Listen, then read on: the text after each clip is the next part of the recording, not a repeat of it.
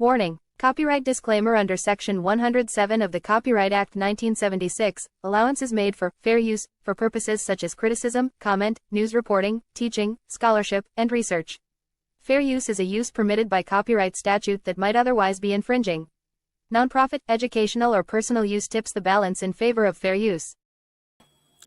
What it do, family and friends? Welcome back to the Church of Black Power. If you're not subscribed, go ahead, hit that subscribe button along with the notification bell so you can be notified whenever videos like this drop.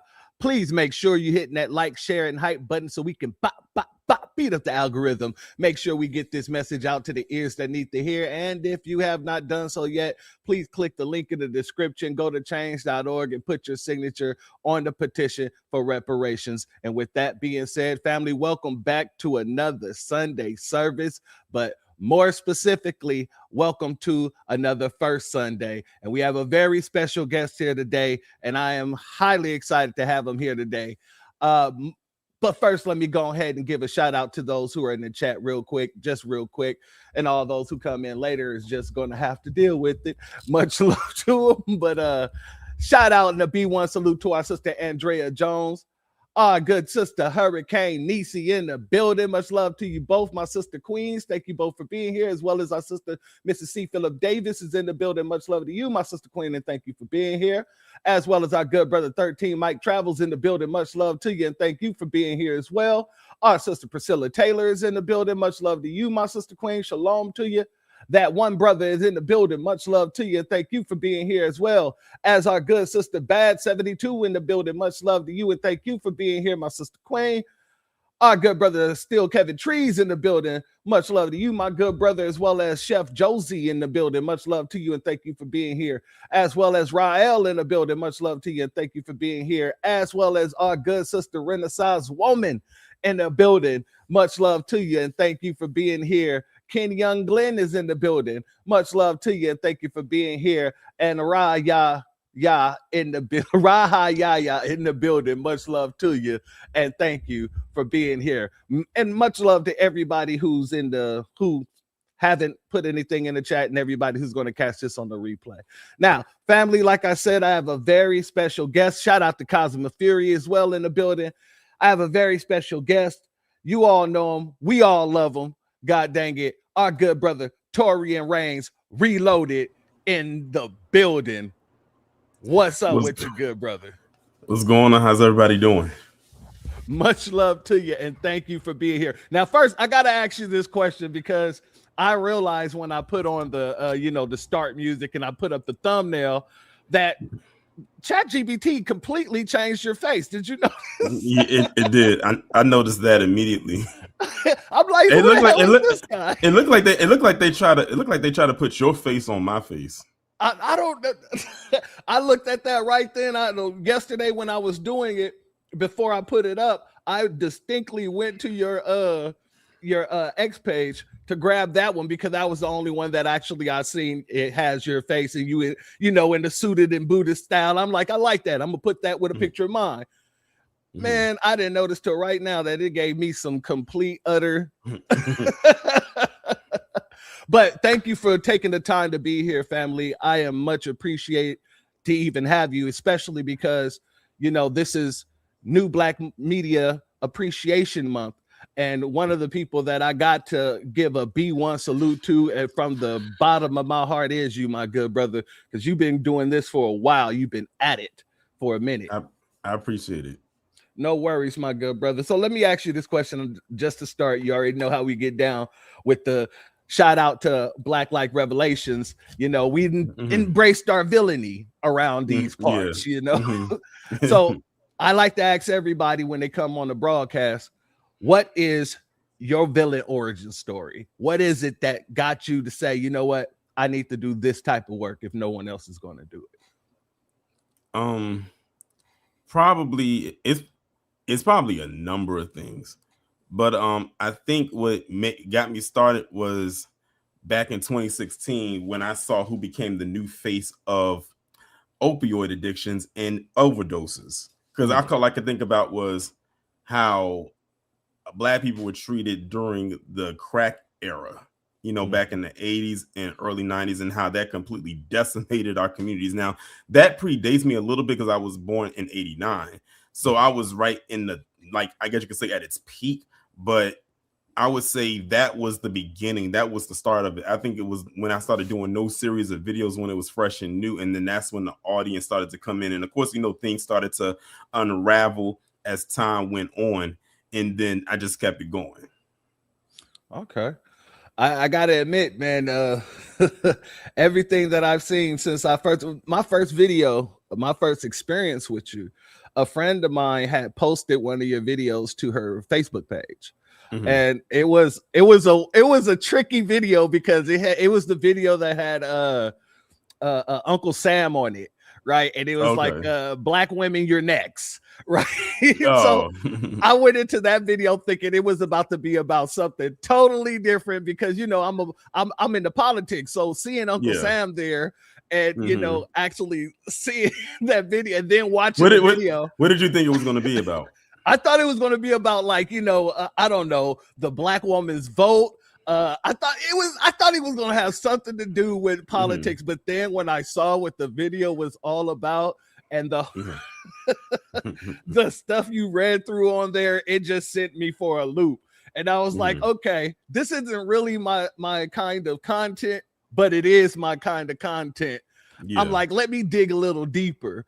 And then I started seeing other videos, and then you had me hooked when you came with the Black Massacre series. That was that was it for me. You know what I mean? That's when I started really engaging a lot more with your channel, because that Black Massacre series had me in the headlock, especially that Vicksburg, Mississippi. Yeah, that was I had a really good time doing that series, because I think it's because I hadn't seen too many other people do that as a series, and to go back, because, you know, we only heard about certain things, and it just shows you how much or how many massacres our ancestors had to endure over the years. And it wasn't just limited to towns being destroyed. I mean, you're talking about bombings and shootings and all types of different things. And it's crazy how they started all the way back, like some go back as far as like the 1500s. And at that time when I was doing it, the most recent one was like back in 2023. And like, so it was like literally one that happened at least every decade for like 400 plus years. That's crazy when you put it in hindsight. Yeah, honestly, bro. And I think that's one of the reasons why your deep dives be doing so well, because when you really dig into we don't know a lot of these things, you know, like we hear stories about them, but to really hear the detailed situation is kind of mind blowing for a lot of people. Yeah. And it's funny you bring up the deep dives, because that was something that was only supposed to be a one-off. I wasn't intending on turning that into a series, because usually whenever I do a series of videos, I would like typically announce it. And it's funny too, because I remember going to the expo down in Dallas a couple years ago, and I had only told one person at that expo about the next series I was going to do, which at the time was going to be the Black Massacre series, because I had just finished doing the Sundown series. Like I had just finished doing that. And the person that I told was actually Black Alpha Network. He was the only person I told, because I had told him that, I don't know if I told him online or whatever the case may be, but I said, when I get down to Dallas, I'll tell you in person what the series he was going to be, thinking and hoping that he was going to be so wrapped up in other things that he was going to forget. But he didn't forget, because I remember we was in a room. It was me, him, I think Afro was in there, and there was some other people that was in there, and I think we was helping like put some chairs up in one of the rooms where one of the panels was at. And he had pulled me to the side. He said, Taurean, he says, let me pull you to the side right quick. He says, so what's that next series going to be? And in my mind, I'm like, oh God, he forgot. I said he remembered. And then that's when I had told him that was the next series, and he never told anybody. I made him, like, I basically said, please don't say anything to anybody, because at the time, I didn't have a write out of what towns I was going to cover. At the time, it was just an idea. It wasn't even thought out. It was just the thought that came into my head. And then in October of that year, because the expo was in May, that's when I wrote down I gathered as many massacres as I could, and then that's when I started doing the research at that same time. So the process of it was the idea came earlier in the year.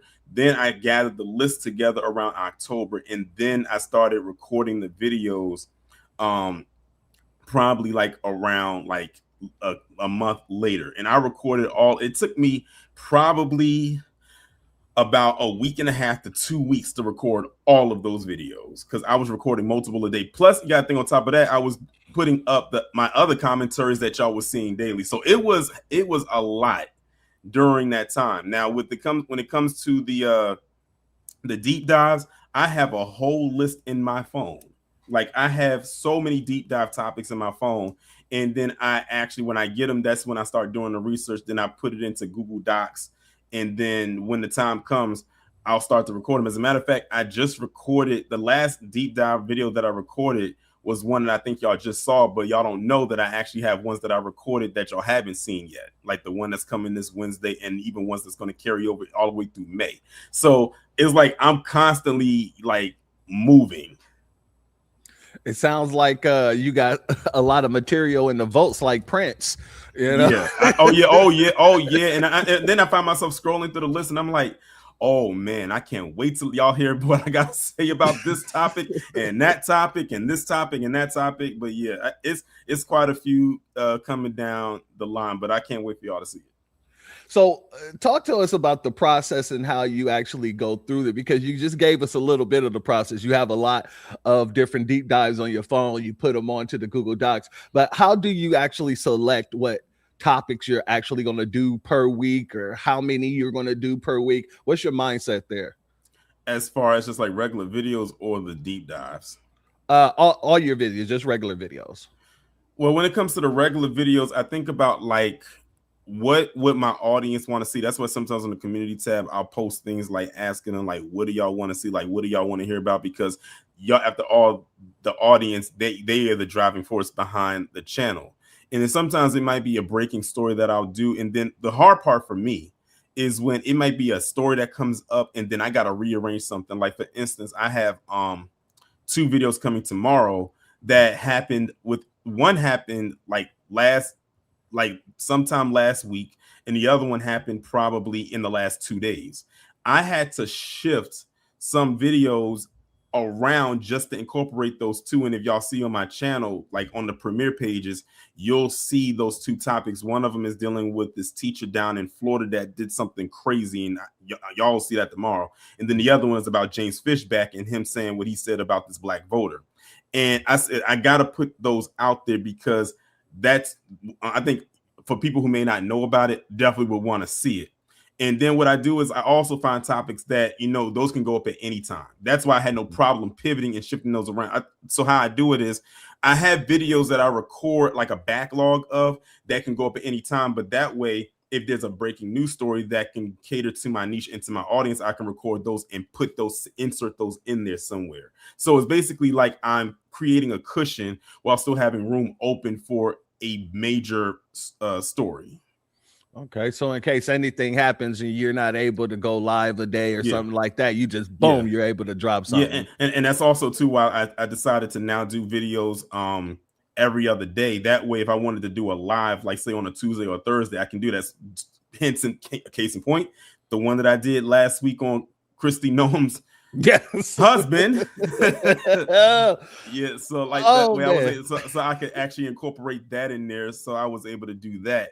And that's another reason, like I said, I do like the lives, like the videos every other day. So Tuesday and Thursday are left open. Also, if there's like a short that I wanted to post, I could throw those that in there on a Tuesday and Thursday. As a matter of fact, I don't know if you know, but I finally created a TikTok. Oh, congratulations. After all this time, I finally created it. And it's crazy because I only got like 77 followers over there. And one of the videos actually within like 2 or 3 days cracked 10,000 views. I was like, whoa, the algorithm on TikTok is different. And it is very different for those who aren't on TikTok. Now, if y'all don't know, you're familiar with Adonis, right? Yes, I am. I did, some people may not know, but I did an interview with him a couple years ago. This was back when he was still kind of like, he was out there, but he's not out there like he is now, like where a lot of people know him now, especially after that incident that happened in Romania.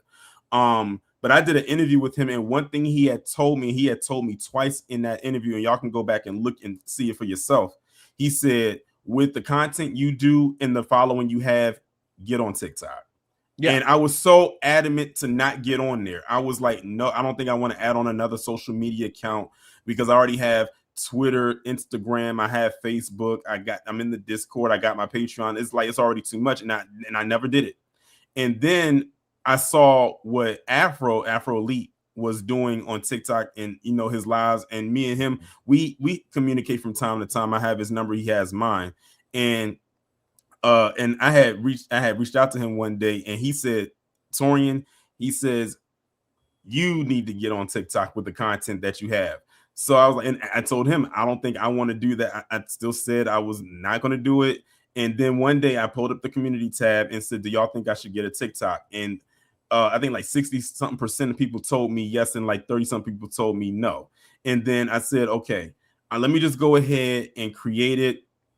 And another thing is, I saw the playback lives that Afro be doing. I said, Afro, I don't know how you do it. Your lives be so unhinged on TikTok. It's insane. And I think that was another reason too. So that way I can actually sit on a live to see what that's like. Because I never sat in on a TikTok live, but I've been on a space before on Twitter, but that's different. And so I just finally just broke down and ended up creating it. And I said, you know what? Now I see why people were telling me that. And now, like, I think right now I have 4 videos up there. I have 2 more that I'm gonna make, probably like maybe tomorrow, because I don't want to upload too many in one day. So I like to kind of space them out a little bit. So what I do is I record the TikTok video. It gets pretty good traction, and then what I'll do is I'll take that and download it, and then I'll re-upload it on Instagram, and then depending on how I feel, I might upload it as a short on YouTube. So now it's getting shared in 3 different places, so it's getting viewed 3 different times from 3 different algorithms. So I've been enjoying it, and it allows you to be very creative too with what is put out there. Like at first I was like, I'm still a novice. I'm not going to be the world's next big TikTok star. Don't want to be, but it's a learning curve for sure. But it's actually very interesting, and like I said, the algorithm over there is very different. Yeah, TikTok is a different beast. I was exactly like how you was with TikTok with Threads, right? I still haven't started a Threads account yet, but I'm glad you said that. I highly suggest you start a Threads. And one thing I like about Threads is it throws you right. It's like it knows who you are, and it throws you right into the algorithm. Because for some reason, when I created the Threads, immediately I got thrusted into what I call my tribe. Everything I see over there resonates with me. It's like it knew immediately where to put me, like what pocket to put me in. And I love it over on Threads. Like it'd be talking about a whole bunch of stuff, but we be going in, and it'd be some funny stuff. I be getting, like, as a matter of fact, the video that I did about the recent one about sinners, about that one who was talking about, Ryan Coogler, he didn't do anything for the state of Mississippi. That came off of Threads. As a matter of fact, I got a video that's going to come later in the month where I pulled something that came from Threads. So that's another reason why I guess I can say I can spread myself out on these platforms, because I can gather and do topics from, I can get something from an Instagram, or I can get something from Threads or even Twitter and turn it into a commentary. Yeah, that's one of the reasons why I kept my TikTok, because I didn't have 3 TikTok pages, and that's why I said it's a different beast when it comes down to those algorithms. My first page that got actually taken away from me, I had like 10,000 followers on that, and basically all I would have to do is post once, and within the week, that one would be like at 100,000 views or something like that. So it is a different beast, but the same monster, in the words of Kobe Bryant. Exactly. But let me also ask this, because let me say this first to everybody in the chat. Any super chats that are given here is going to Taurian, period, point and blank. All cash apps, that's why I put Taurian's cash app up. It's pinned. So anything you guys want to donate, please make sure it's going directly to our good brother. Now, for the second question, my brother, I got to ask you this. And I already know one of them. But who are some of your biggest influences? As far as like the new black media goes. I mean, or just just in general in life. Some of you, I know Dr. Frances Cress Wilson. I know yes. you talk about her much, but who are some more of your influences? Well, definitely Professor Black Truth, and definitely for major reasons, because he I remember the first day that he actually acknowledged one of my comments. I had left a comment on one of his videos, and I think it might have been when he was still doing the it's a series of videos he used to do. I forgot, I'll admit I kind of forgot the name of it, but I think that's why he replaced it with the Friday Crime Report. But it was like a white on white crime series or something like that. I guess the algorithm didn't like it too much, but then he replaced it with the Friday Crime Report, which is basically the white on white crime series, but just under a different name. I guess that one was more palatable. But I had left a comment and he had responded to me, and I'll be admitted, I almost fanned out a little bit, because I was like, what? He actually recognized my comment. But when he actually gave me a shout out in one of his videos, I didn't know he had shouted me out, but I had got so many messages, and it was like, Taurian, did you know that Professor Black Truth just shouted you out in one of his videos? Because and I got so many messages, and I was like, wow, okay. And then I was like, oh, he knows who I am. And then he started doing it a little bit more. He started directing people towards my channel. And then I had people come over to my channel and say, I found you because Professor Black Truth recommended me to you. And if he recommended it, then I know I'm in the right spot. So definitely Professor Black Truth is a huge inspiration for me in the commentaries that I do. And also too, because there's been videos that I've done and he's done like a piggyback video off of it. And he says, before I get started, I have to give a shout out to TaureanReigns, because, you know, if I didn't know about this, then, you know, I couldn't say anything, but I'm gonna add on to it. So definitely him. Also, even the Black Authority. I remember the first time I called into his show. I mean, I'm sorry, forgive me, y'all, his broadcast, because they don't call it a show. I remember the first time I called into his broadcast. And I remember one time when I had said that, and I had said it right on when I called in, it was during the time when he was going in and basically pulled the rug from under Pearly Things. Do you remember that? Yes. Oh, now that was a string. Now for those in this chat that missed that, oh, you missed history. That was man, for the books right there. That had to be top 5 streams of the year, and it was on the business page. And I had called in. That was my first time calling in, and I remember when he introduced me, because usually he'll just like introduce people regularly, but he kind of introduced me like, you know, like almost like properly, you know, like giving respect to me. And I remember when I had called in and he said, mention my name. And a couple seconds later, I looked at the chat and all I saw was my name floating all through that chat. And it was like, wow, all these people recognize and know who I am. And it's crazy. And we just had a discussion about the whole thing. And I think I called into his broadcast again, but it was on the his main page. I almost called in last night because it was something I had wanted to say. But by the time I was getting ready to call in, he was getting ready to close the show, the broadcast down. Yeah. But yeah, so he definitely is another inspiration. Even, you know what, and I have to give a shout out to Afro, because I remember when I first came across his page when he only had like 300 something subscribers. And he was still a relatively very small channel. And I remember his like original setup and how he would talk, like how Afro sounds now is way different than how Afro sounded maybe 2 or 3 years ago. If you listen to how he sounded 2 or 3 years ago, it's like night and day compared to how he sounds today. Like today, he speaks with so much confidence and so much diction and so much control. It's amazing how you can see the growth in someone who started in one spot and then you see where they are now. And then you see how he's doing with these different panels, how he's able to have control of everything and how he's able to do it and also still keep it, I guess, flowing and even entertaining to a fault at the same time. So definitely I have to give a huge shout out to Afro, because he may or may not know it, but he is actually an inspiration to me. Even though I've been doing this a little bit longer than he has, it's nice to see that there's other people that can come up and take control and realize, oh, they got it. You know, they're the next one up. Like, you know, that's it. Black Alpha is another one. I mean, the energy that he brings. I mean, you listen. Yeah. if you've never tuned into one Black Alpha stream, which I'm assuming many people in this chat or everyone in this chat probably has at least one time, you're going to get a show. Absolutely. You are going to get a show and a lengthy show at that. I'd be like, if you can sit through Avatar, you can sit through a absolutely network live stream, because that's exactly about how long his lives be. They be alive going, you know, for 3 hours on it at least. Like, he goes in and he never stumbles over his words. He's another one I'm glad to see the growth, because I remember when I first came across him, he was like maybe at like not even at 10,000 subscribers, and it's nice to see the growth that he has even right now. And even when it comes to the ladies, shout out to ZZ. You know, she's over there killing it as well. Always brings high energy. She's from the same area as me. Shout out to the DMV. So, and I remember, and I met ZZ for the first time at the Rally for Reparations about 2 years ago.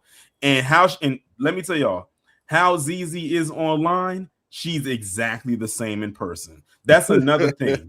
I've met all the people that I'm talking about, with the exception of Jason Black and Professor Black Truth. I've met Afro. I've met Black Alpha. I've met ZZ. Shout out to Cool Colas. He's another one. I met him.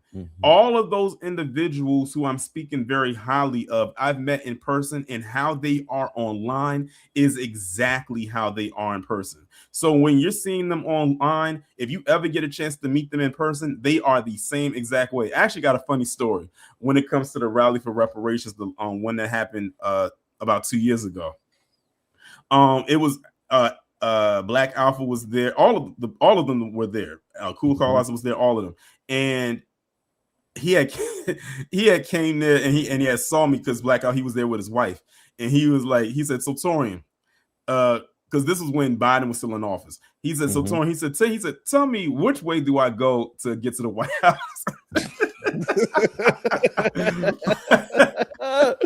not realizing because we are at Freedom Plaza, and Freedom Plaza, for those of y'all who don't know, the White House is literally walking distance from Freedom Plaza. Freedom Plaza, as a matter of fact, it sits like right on that same road and stretch that if you go down the street, it'll take you right to the Capitol, like a straight shot to the Capitol. But the White House, I said, "Oh, you just go down the street and then go to the right and keep going, and it's right there, like you can't miss it." He said, "Oh, because he said I gotta go tell Biden a couple of things." I got some things to tell Biden. Yeah, I got some things. Yeah, I had got some things to tell Biden. But yeah, but like I said, every last one of them that I've met in real life are indeed the same in person. Like ZZ had me cracking up, like because of the energy that she has in her videos and her live streams. When I met her in person, it was so funny because when I met her, she was like, "TaureanReigns," you know how she be. She's like, "TaureanReigns." She's like, "Man, it's finally glad to meet you." And then it was funny because she was there. I think she was there with her sister, because you know she's a twin. She was there with her sister. Yeah. But her dad was also there too, and she had introduced me to her dad. She was like, "Dad, this is TaureanReigns."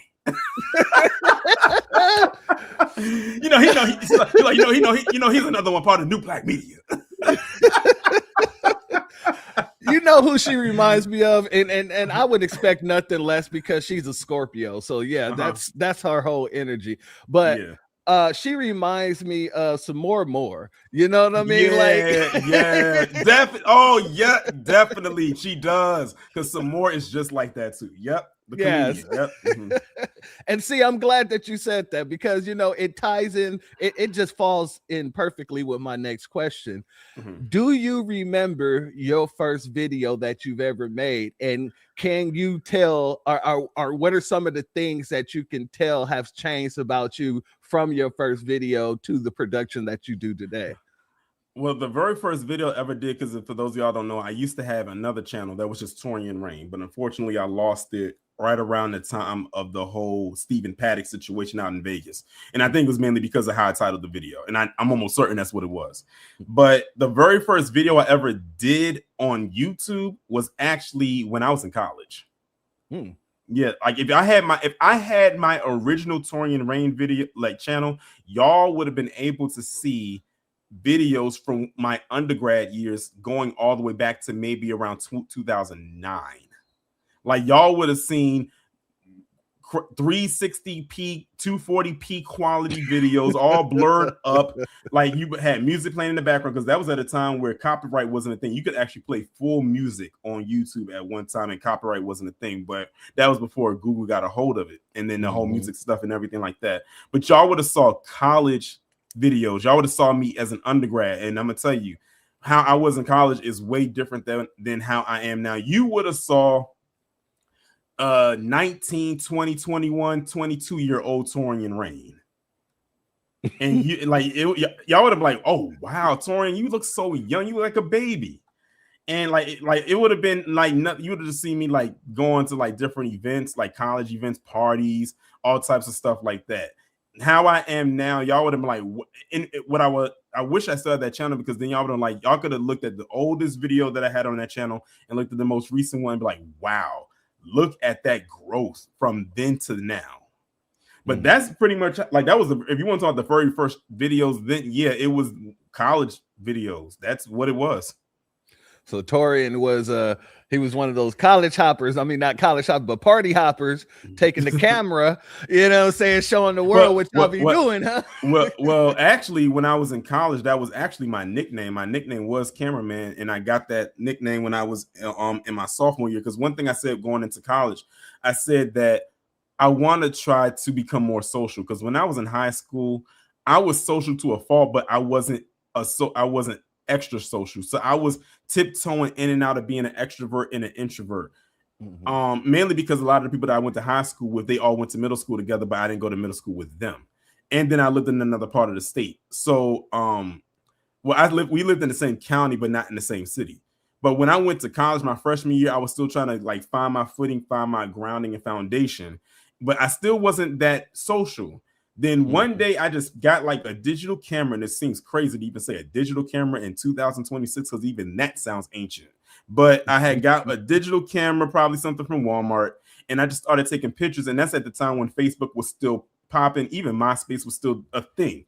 And I would take the pictures, take my SD card, put it on my laptop, and quickly upload them to Facebook. And it was like, wow, who is this person? And they taking the pictures, and all of a sudden they was like, wait a minute, I just took this picture and it's on Facebook like in 15 minutes. Like, that's crazy. And he tagged all of us and everything. And people was like, oh, I like the pictures you take. Now they was like, Cameraman, that's going to be your new nickname. I remember the person who gave me that nickname. As a matter of fact, it was one person, and then it just spread. And then the rest is history. Even when I go to homecoming to this day, they still call me Cameraman. That name has stuck with me since 2008. It is now 2026. So I went last year in 2025. They don't even call me by my real name. They just still call me Cameraman. And you know what? I like that, because I was the only person that they ever called that. That's how I actually knew a lot of, as a matter of fact, that actually led me to doing like even beyond stuff on campus.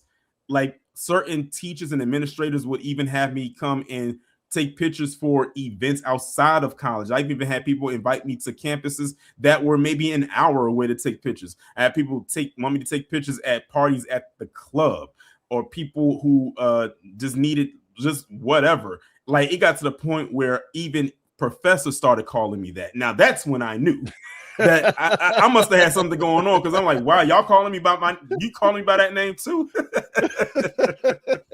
And then it's crazy because, you know, you've gained notoriety, especially with your TaureanReigns channel. How many of them know that you are TaureanReigns? And if they do, how many do still select to call you Cameraman? Oh yeah, because I'm gonna be honest. I don't think like that many people I went to college with watch my videos like that. I mean, some of them do, but I always said that I feel like I went through phases as far as the social media thing goes. Of course, like when I was in college, that was the whole cameraman phase. And then post-college, I was sitting there saying to myself, yeah, the cameraman thing is fine, but eventually we're going to graduate. That's not going to really carry outside of here, except for the people that knew me there. And that's going to be contained to just that. But then when I came on here and started doing, the YouTube in the TaureanReigns, now it's like I'm in another phase. Like, now I have more people, and even outside of here, like when like I said, the rally for reparations of the expo, and that was crazy to me, because I remember when I went to the expo in Dallas, and I had went there, and some of the people had saw me like come in. And the thing is, remember, I only know people on here with a name. Sometimes I don't see their faces, but I know them by a name.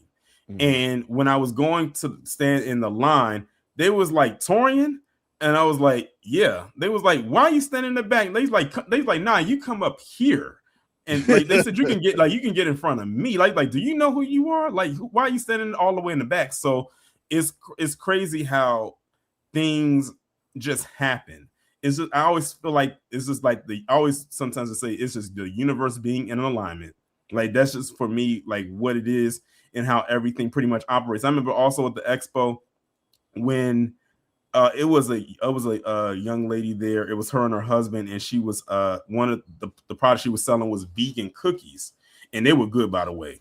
And I had went to her vendor. I was willing to pay her for her services, and she was like, "No, don't pull your money out." She said, "Just let me know what you want, and that's fine with me." So like she gave me her product for free, but I made sure I wasn't greedy either. Although they were good.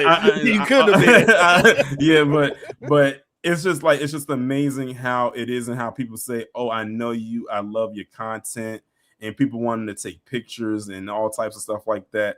And one thing I always wanted to make sure was I was like telling people, please don't refer to me as a celebrity or anything like that, because I'm not famous, nor do I want to be famous. I'm glad that people know who I am and are aware of the content that I put out there, and that it gets you talking and gets the conversation going.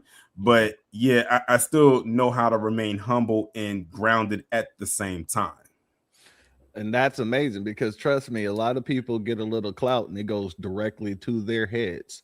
Yeah. And, at the end of the day, we're all, brothers and sisters, we're all human, so I can understand the need to stay humble or remain humble, because trust me when I say I've seen people from TikTok, and we were all on the same level together in my first page, and now they're like 200 300,000 people followers in, and not to say anything bad about them, but you can clearly tell that they have a different mindset than what they have when they were on the lower tier there, you know what I mean? So I do understand that is 100% honorable right there.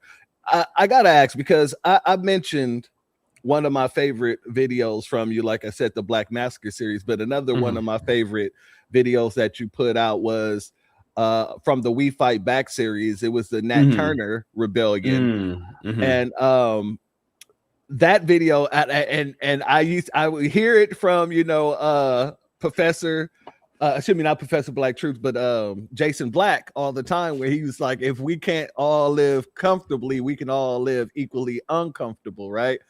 And I kind of felt like once I heard your video or saw your video for Nat Turner and the Southampton Rebellion, I kind of felt like Nat Turner was the embodiment of that phrase, because you spoke about how he wanted to instill fear in the Nabisco community due to and kind of force them to talk about whether the inhumane situations of slavery. And so it took me right back there, and so that's one of my favorite videos, I gotta say. So I want to ask, was there ever a particular subject or topic that you've done, or a video you've done, where you look back on and you say, you know what, that's my favorite video I've done thus far? Wow. That's a good question, because as you know, I have done so many videos and commentaries. That's kind of a hard question to answer, because again, there are so many out there, and it's crazy because even a lot of times the videos that get the most views and engagement aren't even my favorite ones. That just is the ones that the algorithm felt they needed to push, or the people felt that they wanted to watch, or they felt that they liked. That is a tough one. As a matter of fact, it's interesting you brought that up, because this is another reason why I wish that I had my original channel, because I did this video on that channel. On my original TaureanReigns channel, when I hit 1,000 subscribers on that channel, I had made it a goal to go out to Southampton, Virginia, and go to the Nat Turner insurrection, and I actually vlogged it. That's why I wish I had my original channel, because y'all would have saw that video. But I had vlogged it. I had went out to Southampton, Virginia, which is actually like 10 miles away from the North Carolina state line. I didn't realize how close to North Carolina it was. And I went actually saw the marker, like the Nat Turner insurrection marker, where the rebellion actually happened. And it was just amazing that I was standing in the area where one of the most notorious, probably one of the most talked about rebellions in Black American history ever happened. And when I got there, I got a chill. Like it felt like the people who were part of that rebellion, literally, it was like they was like hovering over me or around me. I literally just kind of just stepped onto the grass area, and I'm just looking out there, and I'm like, wow, this is where it happened at. Like, that's crazy. I even saw the courthouse where he was tried and, eventually lynched at. I saw the courthouse where that happened.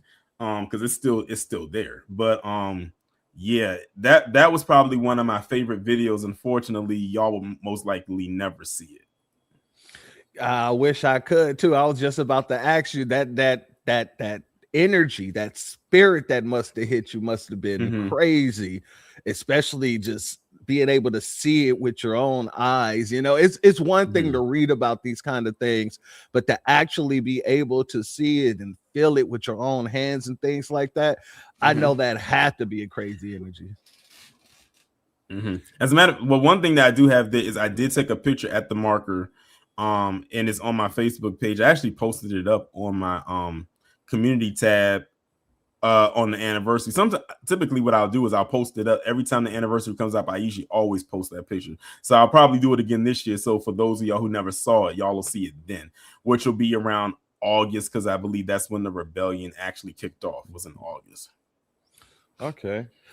Now through your channel, I've been introduced to a lot of great commentators, from Lisa Cabrera, KG, Cool Colas, hell, even Harvey Your World. I was introduced to him through you, and I've noticed you've worked with a lot of people in the new Black media.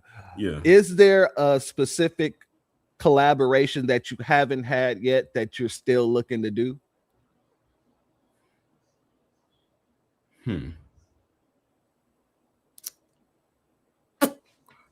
That's a good one. I'm trying to think who did I not collab with, who I would be able to collab with. I don't know. That's a good question. That's a hard one. Because like I said, I have collabed with quite a few people. Even I've collabed with people who are outside of the new Black media, but because of the topic, the discussion, it fits within the overall narrative of what I talk about on my channel. Anyway, that's a good one. I'm gonna be honest, that's a hard one to answer. Yeah, I noticed that, because even with Dre Mac, you guys are talking about comics and things like that, but it always goes back to our niche of, okay, this is how this looks. You know what I'm saying? So and that's why I wanted to ask you that question, because you're somebody that I've seen people will bring you up, and it surprised the hell out of me, because I already knew who Dre Mac was. I just didn't know that you guys knew each other, and then it was crazy that I've been subscribed. It's funny. It's because I didn't even know who he was. I guess it was a live he was doing one day, and it just like popped up on my homepage, and I was like, okay, let me see who this is. And I watched the live, and I said I liked his vibe, I liked his energy, and then I subscribed to him. I've been subscribed to Dre Mac for probably about maybe about a year and a half to 2 years now. A member of his channel. I tune in every time he goes live, whether it's in the morning or even if it's in the evening. And if I can't catch it, I'll just catch the playback. But yeah, he, like, whenever it comes to those particular topics, I definitely try to collab with him. Or even if it's something that I do talk about within his niche, I always send it to him, and I always like for him to react to it. And he has reacted to a few of my videos on his live, and I do appreciate it. And there's another, what was the brother name? Chillmonger as well. I've seen him come Yeah. into your lives a lot as well. And I'm like, mhm. dang, I knew these people from other areas, but then, you know, here Yeah. they are, Yeah. you know, supporting you as well. So much love to that. You know, to speak of which, let's talk about a different topic. You also are very keen on doing movie review content. How did you get Yes. into that? On my original channel, as a matter of fact, that actually was what I talked about more. Like when I was done with college and everything like that, I said, okay, what else can I do on this channel like to keep it moving? And I started doing movie reviews. So I remember one of the first movie reviews I did on my channel was the third Transformers movie. And that came out in 2011. So yeah, that was a while ago. And I said initially that was what the channel was going to be about, because I always loved film. I love television. It was going to be a film and television style channel. But then at the time, I didn't have the resources to, like I do now, to go and see movies as frequently as I wanted. At the time, I didn't have a car, so it's not like I could go to the movies when I wanted to. There weren't really a lot of shows on that I wanted to watch like that. So I was like, okay, if I want to do this, like, it's going to be hard for me to do it. If I was to try to do that now, I would probably be successful with it. But then I couldn't do it. So that didn't go anywhere.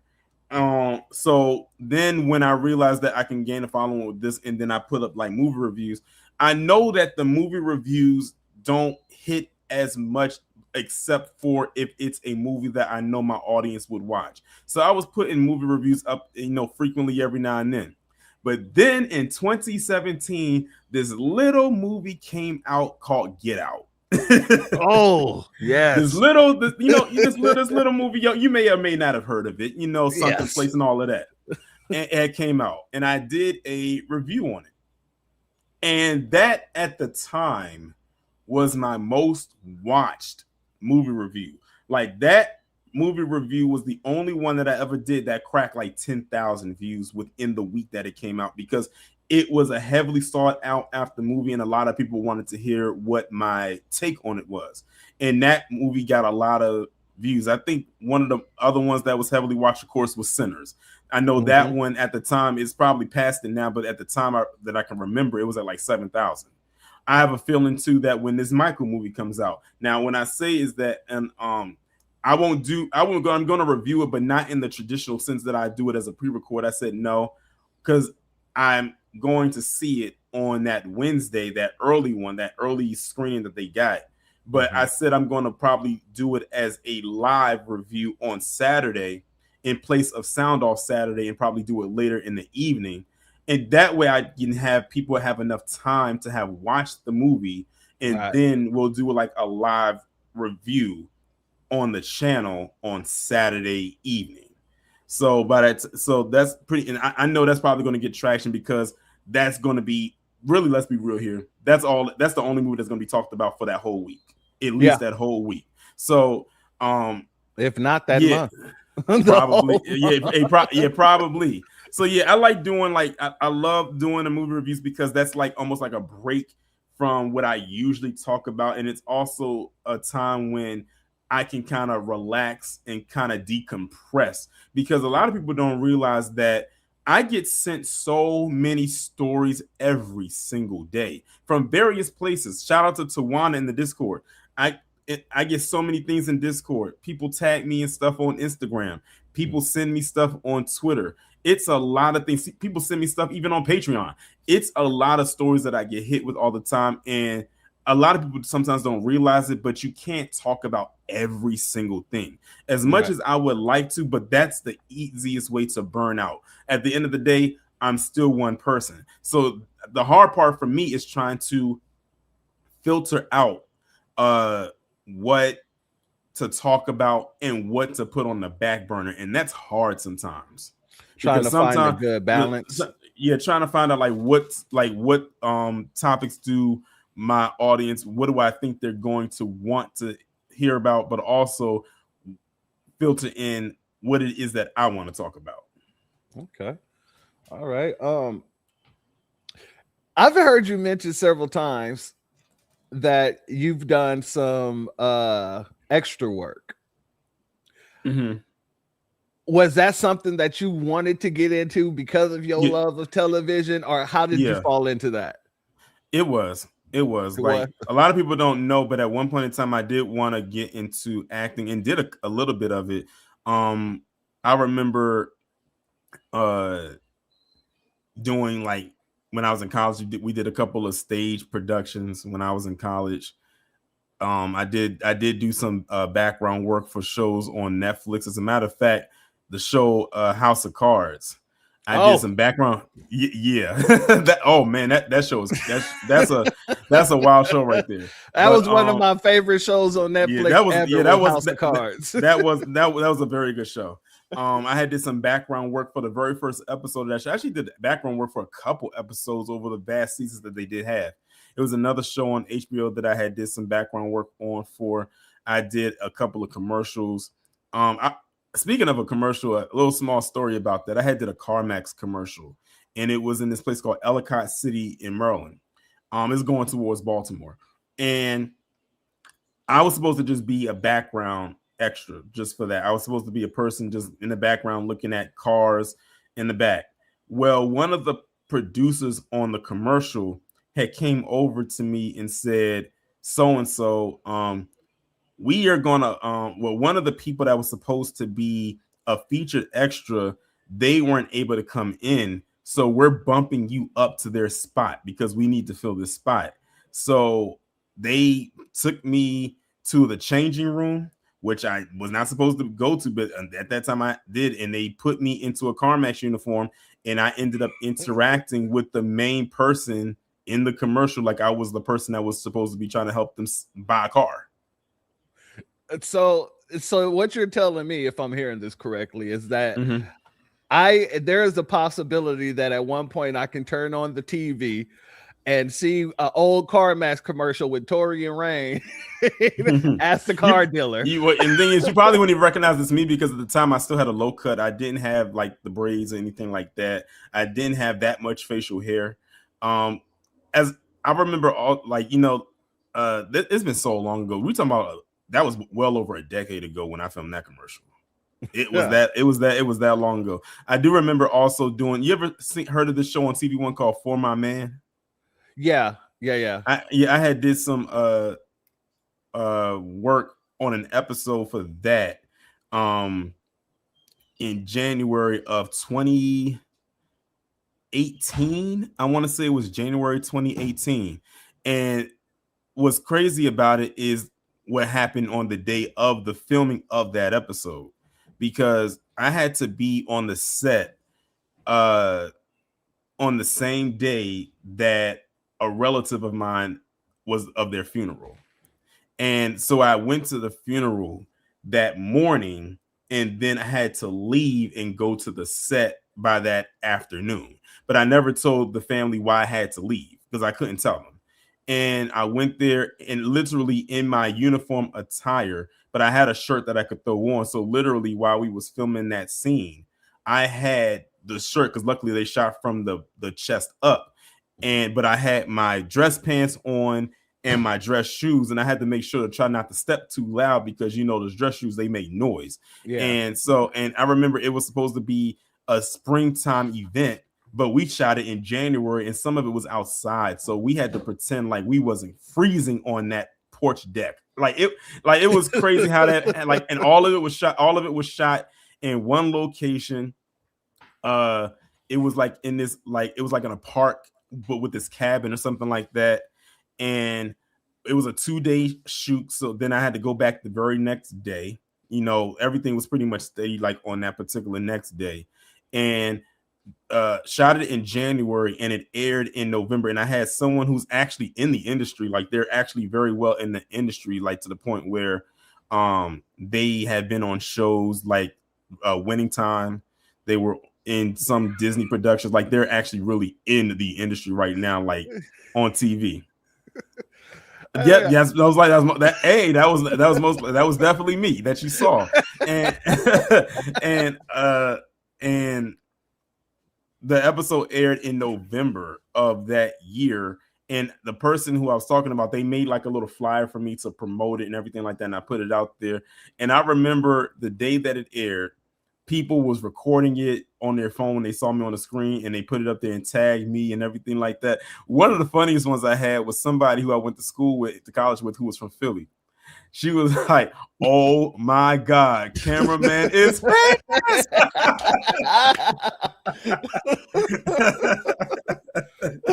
And I had another friend of mine. They were like, "Oh my God, look at my friend." So hey, yeah, I remember that. I remember that. They always your friend once you're on TV, ain't it? Nah, this person was actually a friend. Like I'm actually still real cool with them to this day, as a matter of fact. But yeah, I remember that. But yeah, that was a fun time, and all of that was shot in one location. There was a part where we had to film something like I was supposed to be driving, but people don't know is we was literally in the car in a garage, but they turned all the lights out. All they had was like the studio lights, but the lights were out in the garage. It was pitch black, and it made it seem like we were driving outside because it was like a night shoot, but we were never outside driving anywhere. We were literally just turned the car on, and we was in the garage. They closed all the doors and everything. It was dark, and they said, just push the gas a little bit, not too much, but it was in park, so to make it seem like the engine was on. And so, yeah, when you look at it, it looks like I'm driving, and they even had people on the outside kind of push the car a little bit to make it seem like it was moving. So just a little behind the scenes, action right there. But like I said, all my scenes were literally filmed in that one location. But when you look at it, it looks like I was in 3 different ones. Oh, geez. Was there ever a movie, a project, or a scene that you've seen and it was like, you know what, I would kill that? Of course. I think anybody who is an actor or an actress was probably look at that and say that, but then when they look at it, they was like, you know what, the person who did it right here, they were perfect for it. Like, I don't see anybody else that could have did it. But in the moment, you're probably like, I could have did it. But I'm not the type of person like, if I was to really get into it, I'm not going to step on anybody's toes, because if it wasn't meant for me, then it just wasn't meant for me. Absolutely. Now I got to know what part. Like, I just got to know what part. Just give us one. What was one part that you looked and said, damn, that's a good role. I would kill that role. Like I said, I see so many movies. I actually think that I could have did the part that Daniel Kaluuya did in Get Out. That's a good role. That's a damn good role. Yeah, like because I like a lot of people don't like. Some people may not know it unless they know me. Horror is one of my favorite genres. Me too. I like horror. Like horror is one of my favorite genres of film. Like, some of the horror movies today are like, they're hit or miss. Sometimes they're more misses than hits. But when they hit, they hit. But like, horror is probably one of my favorite genres of movies. Of course, I love action. I love comedy, but horror is like right up there. Oh, brother, when I was coming up, that was all Fred Krueger, Nightmare on Elm Street, Pet Cemetery. God dang it, my family just didn't watch too much of other things. Yeah, you want to know why you want to know another reason horror is one of my favorite movies, like genres of movies. And I don't know if anybody in the chat has done this, or I don't even know if you've done it, but go watch a horror movie with a Black audience. One of the best experiences you can ever have in your life. I remember when I went to go see A Quiet Place. And I was there in a theater packed with mainly only Black people in it. And the theme of the movie is you have to be quiet. We literally honored that theme, because I don't think I heard Black people be so quiet for hours on end, except for when I was watching that movie. We felt like we were actually in the movie itself. And when we made noise, it was when they made noise on screen. And that's usually when it was a jump scare or something like that. Or you know how we are when we talking at the theater, when we talking at the screen. You know how we do. But yeah, going to watch a horror movie with a majority Black Black audience is one of the best experiences that you could ever have. No, I'm with you 100-fold. When I first got out to Texas, it was 2019. I started at Texas Southern in 2020. So they had movie night, right? Where you know they have a theater on campus, and they played Candyman. Man, I tell you, everybody in the theater was lit off that movie. Like you hearing everything, and you know the typical stereotypes, but we can do the typical stereotypes because it's just us in here. Right? So we had people screaming at the screen. We had people laughing. We had people crying. It was beautiful. And then as we're all leaving and stuff, we got, you know, the typical, it couldn't be me. Shoot. Exactly.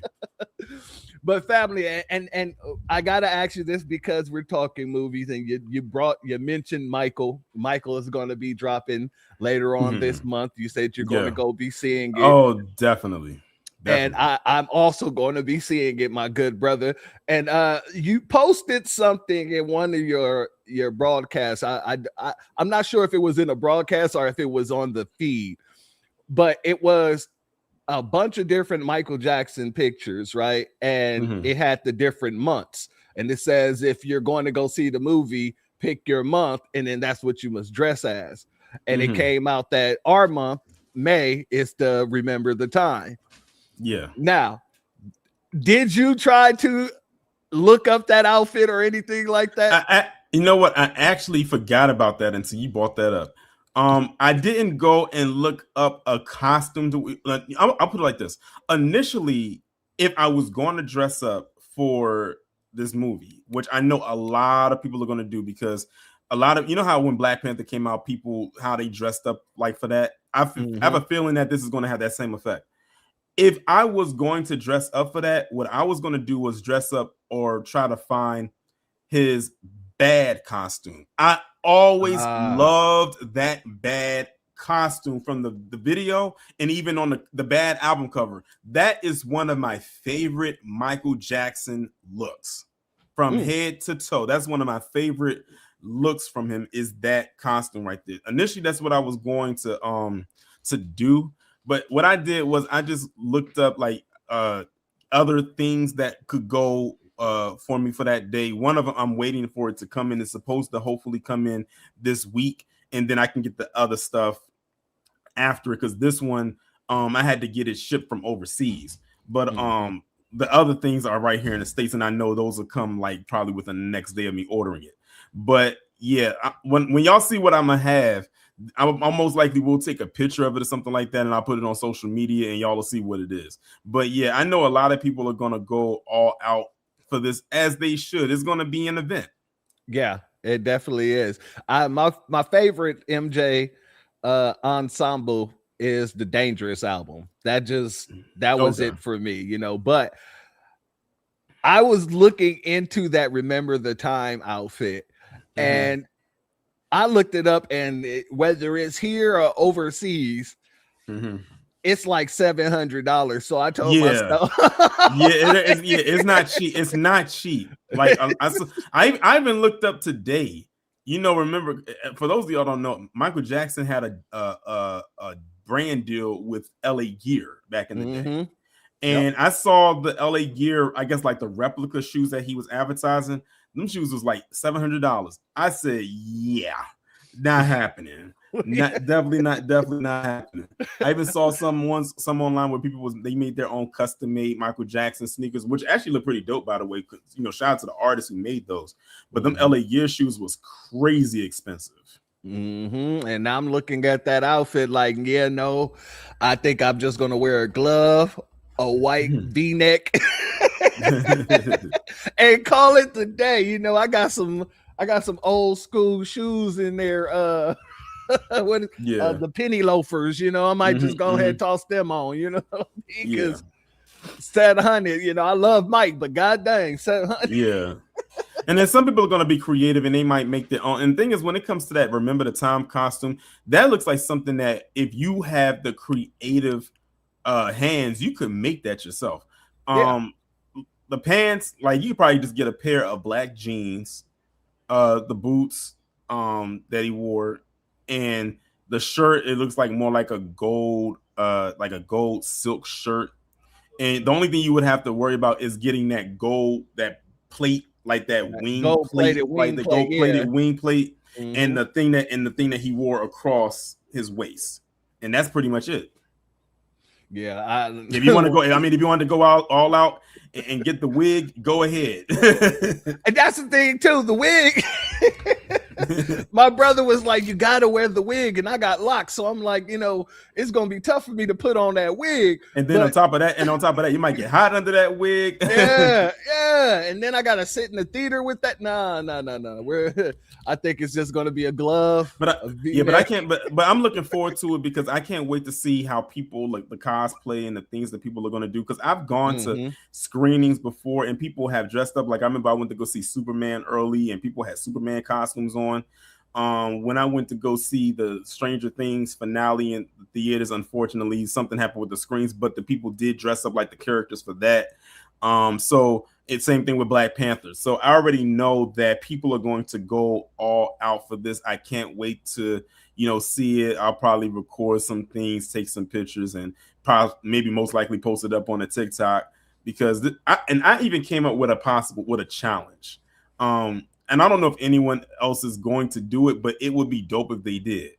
Recreate the famous Michael Jackson Thriller theater meme where he's eating the popcorn. Oh, that would be great. That would be perfect. That would be perfect. Just sit there and look up at the screen, like you look up at the screen, have someone record you while eating the popcorn and you smiling. That's it. Simple. I might have to do that. That's simple. Do it, I say it a lot that I'm smiling like, I'm just sitting there like Mike Jack in the movie theater eating popcorn. That is my saying. So, that is a brilliant idea, brother. I got to get that. I would definitely like to give you an opportunity to speak to the family and basically give what you would consider to be the message of your platform and what you're trying to relay to the people. Well, my platform, most of the people that's in here right now already subscribe to me anyway. And if you're not, the channel is TaureanReigns Reloaded. The shout out to the people that's in the chat right now that's actually posting the link to my channel. I greatly appreciate it. But my channel is commentary. It can be on things going on in the world. It could be pop culture, trending news. And I try to all relate it back to the niche of talking about like what's going on with Black people, especially foundational Black Americans. I do movie reviews every now and then. And just as far as the movie reviews go, I don't review every single movie that I see. Like I don't review every last movie that I see. Like I have to feel compelled to want to talk about it. But I do have the movie reviews that will go up frequently, whenever I decide to actually want to do them. Also have a series of videos on the channel. Like, you mentioned the Sundown series, the Black Massacre series. I'm doing the deep dives, the weekly deep dives that come every Wednesday. Different commentaries, live streams. I do the weekly recaps every Saturday or whenever. Of course, if there's a Saturday that I'm available. Also, I do the True Crime Sunday every other Sunday, and that's on Rumble because I can't do it on YouTube because of the copyright thing. And I have the Sound Off Saturday. It happens at the last Saturday of every month, which is the time when I usually let people come up for a couple of hours at a time and just say anything, about whatever. But that's pretty much like the rundown of my platform and what it is that I talk about. It's pretty much straightforward. And of course, I love doing, anytime when we can go in on these tap dances and these turncoats and everything like that. I love when I get an opportunity to do that, especially when they've made a fool of themselves. Yeah. Shout out to our good brother TaureanReigns, and I gotta thank you once again for coming on the platform, my brother. And like I said, especially in New Black Media Appreciation Month, it was special for me to ask you to come on because you do so much, and it is very important to actually pay homage to the people who are doing things that you are doing, and many of us are out here doing while we're still breathing, while we're still alive. It's very important to me to get those flowers out. And when I say, brother, you have been somebody who has truly held this whole realm down for a long time. From as long as I've been listening to you, it hasn't been a hit or miss. It ain't been one of those situations. Every time you come on, you actually just drop that fire. Then you go into the darkness, like, you just appear into the background. So, I got to show all the love that I can to you, my good brother, because we appreciate you so much. And that is the whole goal here today, is to show you, my good brother, how much we appreciate you and everything that you bring to the table for us.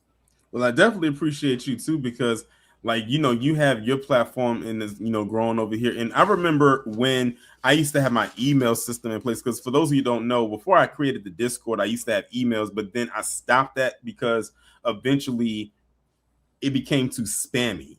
So I said I shut the email down, and then that's when I started the Discord. Lisa Cabrera, especially on my original channel, she used to send me a whole bunch of emails. She was like the Tawana Cook of the email at the time. And I will always acknowledge her for sending me stories in my videos right before I got into the story. And that's how people on the channel became familiar with her. And one day I had sent her an email back to one of the emails she sent me. And I said, Lisa, you send me a lot of stories. Like, you send me like maybe 10 stories a day. I said, have you ever thought about creating your own channel? And she said she never thought about it. And I said, I think you should. And then take the stories that you send me and talk about them yourselves. I said, I'll even redirect traffic to your channel. And she said, okay, I'll just give it a try. Because I don't think about it, never asked her that she probably wouldn't have done it. And then she ended up making the channel one day. And she said, Taurian, I finally made the channel. And I was so excited. I was so happy. I said, y'all just don't know what's about to happen. So when she made it, thankfully, because I mentioned her name at the beginning of the videos as acknowledgement for sending me those stories, people started to subscribe to her channel. And that was, I don't know how many years ago that was. Fast forward to now, she's at like how many subscribers? Like, she's more than surpassed me. So I'm glad she's over there doing her thing. And she goes live like pretty much like a couple times a day, depending, if she has the time and availability to do so. And I'm glad that it took my advice and actually did do it, because some people wouldn't have done it. But I'm glad that she did, because she became another major voice.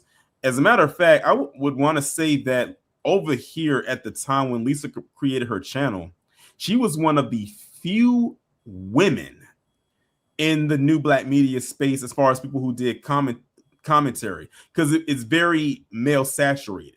And she was one of the first women that I saw. And of course, you had other ladies like True Royal Family started doing her thing. Shout out to Nicole's View was doing her thing. Now you have ZZ over here doing her thing.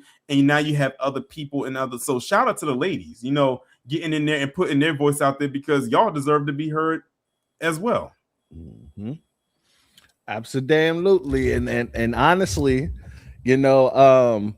Vicky Diller was probably Vicky Diller is another one. I'm glad you said her. Yeah, she was probably the only woman that I had listened to frequently until I got introduced to everyone else. And I'm like, yeah, I just couldn't go back. You know what I mean? I couldn't go back to just not having the female perspective, as I don't want to say as much, but I enjoy the fact that I can actually get the female perspective from several different ladies rather than just one.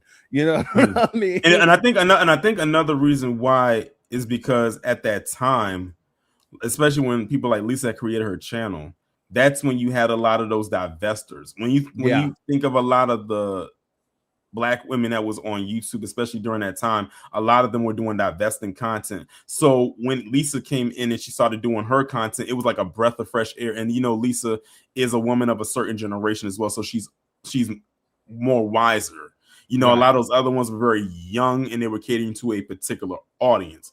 With her, she lined right up with what I had. And I said, Lisa would be perfect for this, because everything that she sends me, my audience gravitates towards, but my audience now knows who she is because I keep mentioning her name. And now they can actually put a voice to the name and a face to the name as well.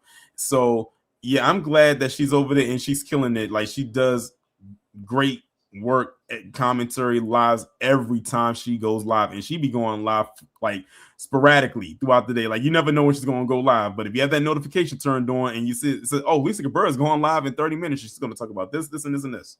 And that's just that she has a variety of content. God tuned in one time and she was doing Bible study. I was like, okay, let's go. Yeah. Shout out to her, you know. But family, like I said, much love to you. I want to open up go ahead, drop the link because I want to open it up for the family to come up and also give their grace if they want so choose to. And then we can get up out of here, family. So there's the leak, fam. Anybody that wants to come up, definitely come on up.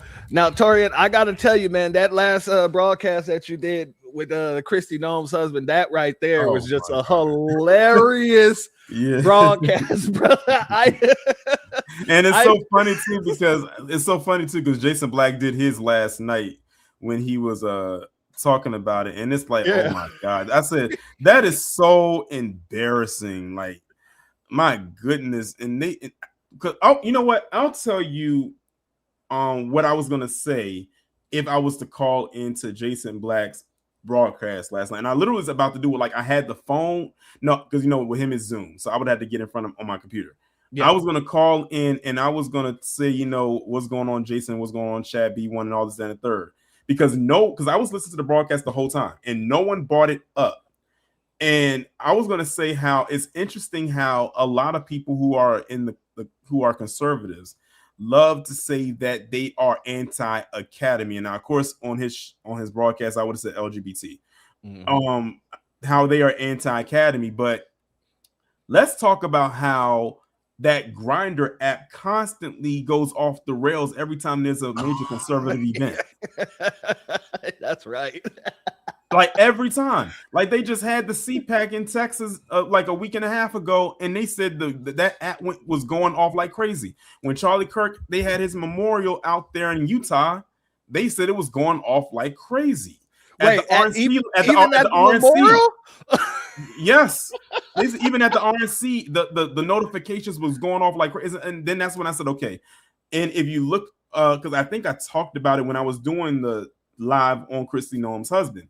I had typed in like on Google, I can't remember what it was. I said, is it true that the Grindr app notifications constantly go off during conservative events? And it brought up and said yes.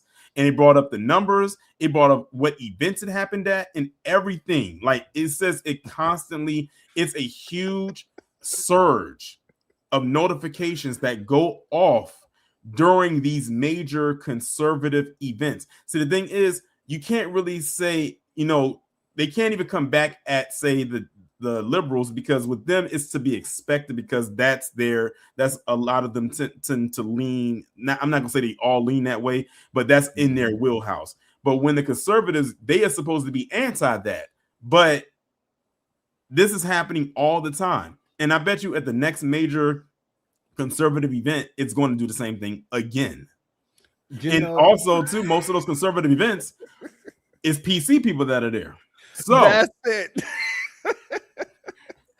And what is all the bootlegs that are there at those conservative events? What are you doing at the time that these Grindr events are going off?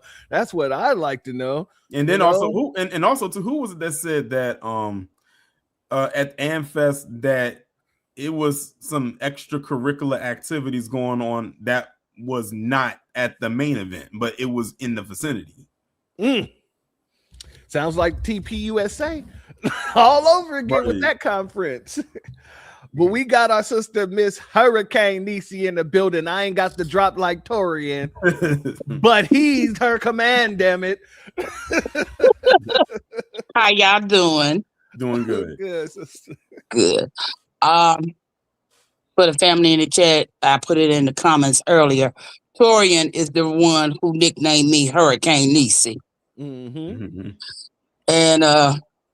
Taurean, you was the first channel I discovered, and then that's how I was able to find everybody else. But I want you to know, you are on God's mission. You are touched by the Most High, you and church both. You're doing the work for your people. Mhm. And I am so proud of the both of you and all the new Black media content creators. And I'm gonna leave with this. Free Kid Gravity Beyond. Miss KG. Miss him on YT. Y'all be blessed. Love you both. Love you too. Love you too, Miss Niecy. Shout out to Miss Hurricane Niecy in the building, which our good brother TaureanReigns absolutely gave her that name. And yeah, like she was well deserved of that title, because I was like, when she comes up, it's like I said, I forgot what I actually said. I said it's like literally like you're like a hurricane, and I said I don't think, you know how they name the hurricanes. I don't think we had a hurricane named Niecy. It might have been one named Denise, but not one named Niecy. So I said I'm gonna W that, and then I thought about that episode of X-Men '97 where Storm was getting ready to do her thing, and I was like, this is the perfect intro for her. Yeah. And then I got it, and I said, yep, this is your official intro. So I gave her a nickname and an intro. It's only 2 people on my channel that I give that I have an intro for before they come up. Is her and another one who I call her one of my digital aunties, and the drop that I do for her is the Hey Auntie from Killmonger and Black Panther. And that's Pam TV. Nah, that's Moochie. Shout out to Moochie. Shout out to Pam TV. Shout out to all the ladies, all our sisters, because I ain't gonna lie, like y'all keep us on our toes, and and I understand exactly why. Anybody who's ever heard Miss Hurricane Niecy understands why she is well deserving of that title. You know, she'll come in and she'll drop that game and get the hell ghost. Exactly. Like, damn, you just blowing through here like a hurricane. All right. Exactly. Shout out to KG. Yeah, free KG as well. God dang it. Puke Tube. Free KG, god dang it. Let the world know. Now, family, you have anything to say in conclusion, my good brother, because it doesn't look like anyone else coming up. Well, actually, I think Jesse said in the chat that he was trying to come up. Jesse, you trying to come up? Let me throw that into the chat one more time there. And for those of y'all can follow KG. He's on Rumble. Kid Gravity, because he had did his live from the address that Trump did the other day. I know he would definitely have preferred to do it. I know he would have definitely preferred to do it on YouTube, but for right now, that he has to do what he has to do while he gets that situation taken care of. But I've been in like constant conversation with him about the situation. I know what happened. I don't want to say, but I knew when I saw what happened, what it was immediately. I knew exactly what happened, but I don't want to say what it is, because you know when he gets, we're gonna put it out there. Like when he gets his channel back, I'm sure he's gonna go live and he's gonna address everyone about what happened. It's not my place to tell his story. Absolutely. And anybody who's looking for KG's Rumble, you can look on my my post, the members post. Well, not members post, but on the post on the wall. It is right there. Oh, I just realized something. Now I remember what my favorite one was. Remember you saying like what was one of my favorite videos that I did? Yes. It wasn't even a video. It was a live. And it's funny because we're talking about Rumble. When I had the Black Music Month Jam session last year. That was fun. Yeah, that was good. That was fun. That was one for the book. And it's ironic because Ms. Niecy was just up here because she was on that panel, and that was a 6-hour stream. Yeah, I was on there for 6 hours. Yeah, that one, and the one we did for Michael Jackson's birthday. Yeah. Yep. Yes, sir. Yep. That one was one of my most favorites of all, because you know it was the game that we played for it. Yep. But yeah, the Black Music Month Jam session. I think I'm going to do it again this year because everybody loved it. But I'm gonna do it a little bit different. Like I actually have a way. I'm gonna use that same polling system like I did last year, but I'm gonna alter it slightly this year. That way. The way that I'm going to do it is going to be where more people could be added into it that wasn't in it last year, still keeping in some of the same usual names, but also incorporating others that are there. And the way that I'm going to have it set up is going to be one of those things where you're going to have no choice but to incorporate this person in there, instead of like kind of like, oh, like I can't put them in there because this is how it felt. So you'll see it because I'm most likely will make the official announcement for it at the very end of May. Do the same thing like I did with the polling system, and yeah, that was fun. That was fun. I'm probably gonna start it a little bit. I'm probably gonna start it earlier because I didn't realize it was gonna run that long. I mean, we started at 6 o'clock and it ran to 12. Like, I mean, but we had fun no matter what. But I'm gonna probably start it maybe around 3. That way, you know, just in case, you know, it runs long again. It's still some time. It's still some time, you know, in there. Yeah, but the last time you did it wasn't like you had any fall off either. It was so fun that everybody was there from beginning. Yeah. That was probably one of my most engaging streams that I did on Rumble, like ever. Absolutely. Now let's go ahead and pull up our. I don't know why that just popped up. That's because he linked his YouTube channel. Oh, okay. That's why that happened. All right. Our good brother Jesse Paris is in the building. What's up, y'all? Certified salute. So I was having problems logging in, but I'm here now. B1 salute, good brother. Oh man, I'm trying to remember how I found Taurean. It was either Black Light Revelations, shout out to him, or Professor Black Truth. It was one of them two. But ever since I found your content, brother, I loved it.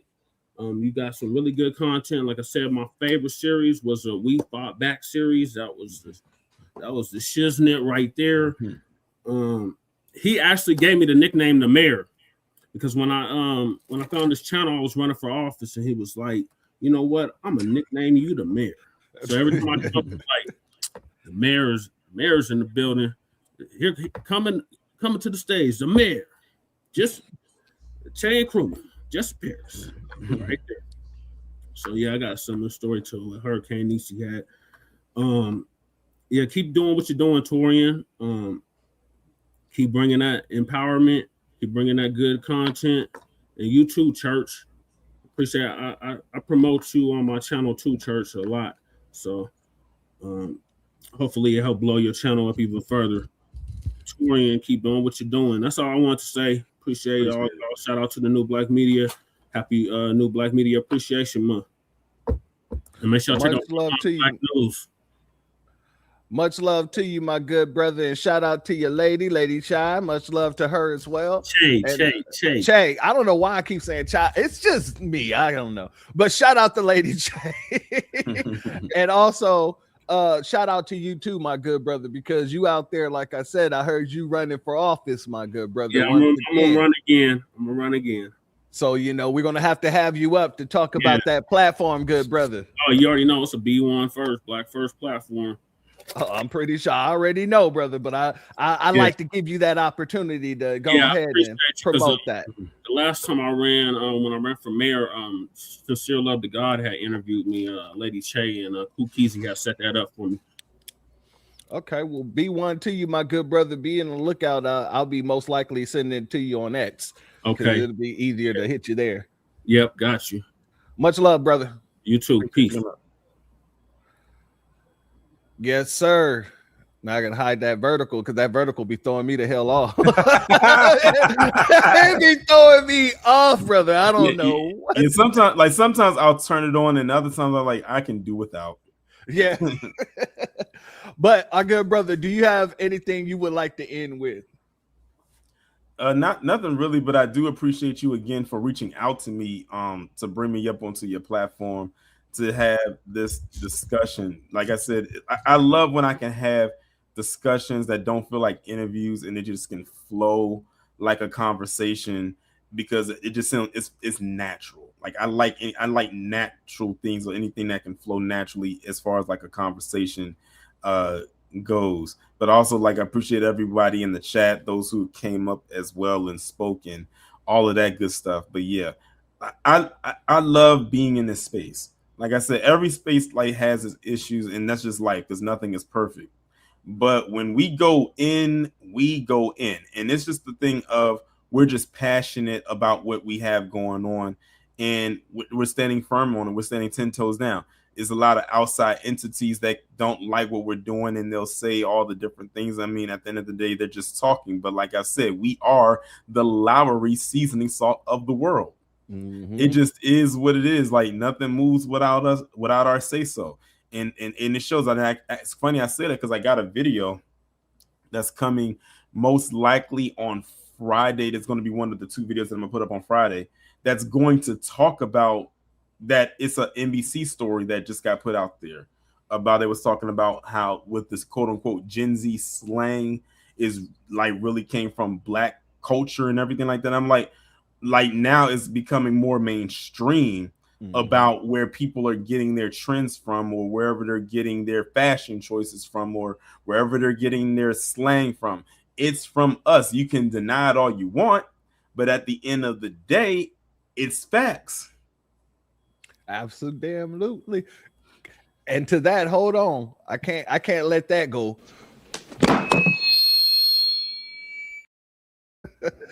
Real stuff, family, real stuff. And the cold part about it that really gets me, when you said we're the Lowry seasoning salt of the world, you know, my name is Lawrence, and so they call me Larry for short. And my growing up, my grandfather used to tell me, and he'd say, "Go get the Lowrys." He was like, "Go get the Larry seasoning out of the cabinet." So growing up, I always called it Larry seasoning, and now like. I hear it's funny. People call it Lowry's. It's funny you say that because when I was in college in my freshman year, there was this restaurant right across the street from the campus on the front side called the College Corner, and they used to sell all types of things like burgers, fries, hot dogs, like different things. And every time I went there, I would go and get the double cheeseburger with everything on it and some fries and a drink. And on the table would literally be some Lowry's seasoning salt. Like they didn't have the regular table salt. They didn't have no Himalayan salt. They had the Lowry seasoning salt right there on the counter. And I would put a couple of dashes over them fries. And the thing is, the best part is them fries came straight out the fryer. So they were still sizzling, and it made it better because that meant the salt would stick to the fries. It wouldn't be one of the things where you pick it up and the salt just like dropped off the fries and back onto the tray. Used to tear it up. Hey, you back know in, you back in 2007.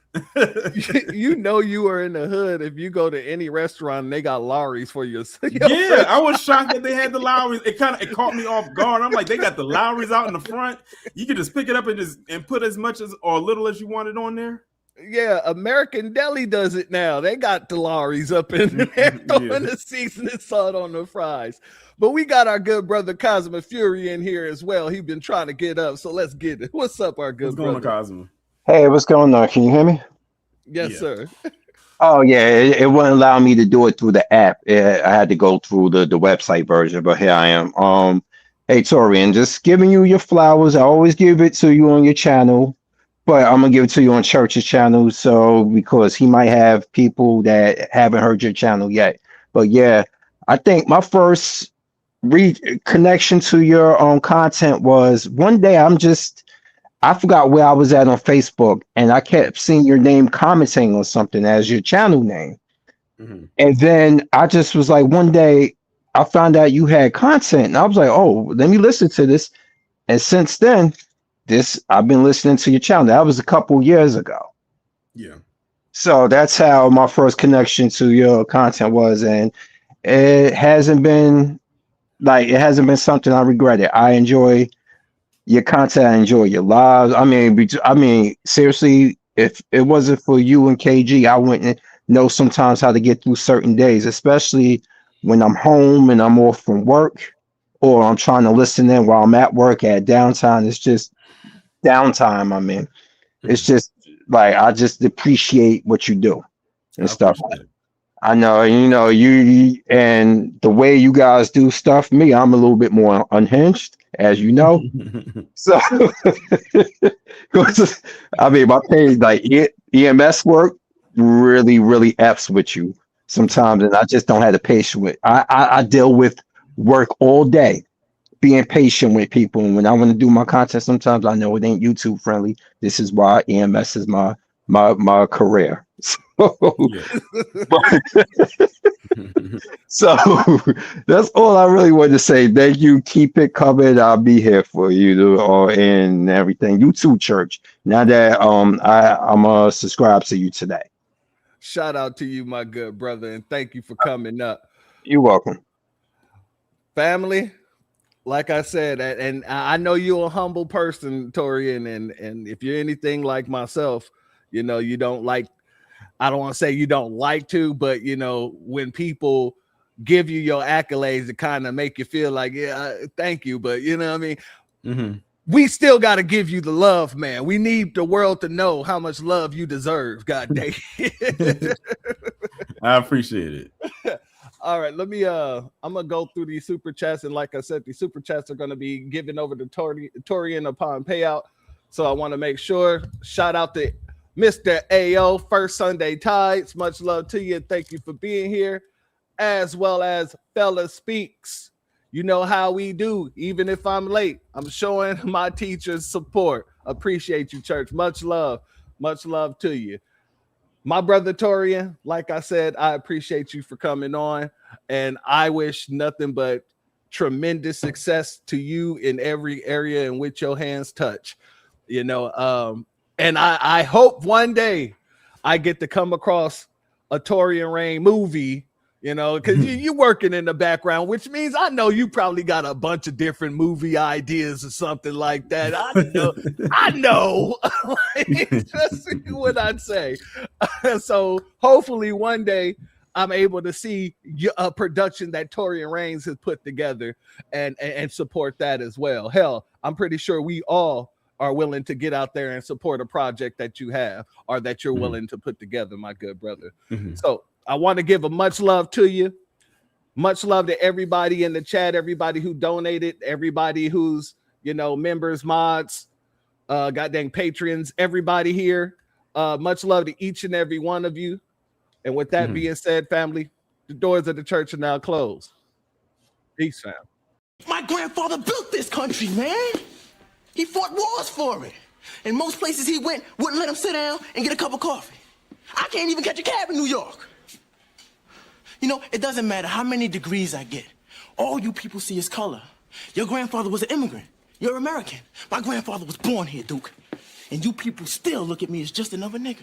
I know that the government, whatever can't stand us black people, he's doing everything in the world to make black man be extinct. But I'm going to tell you one thing, us black people going to survive. So fuck everybody. I'm out.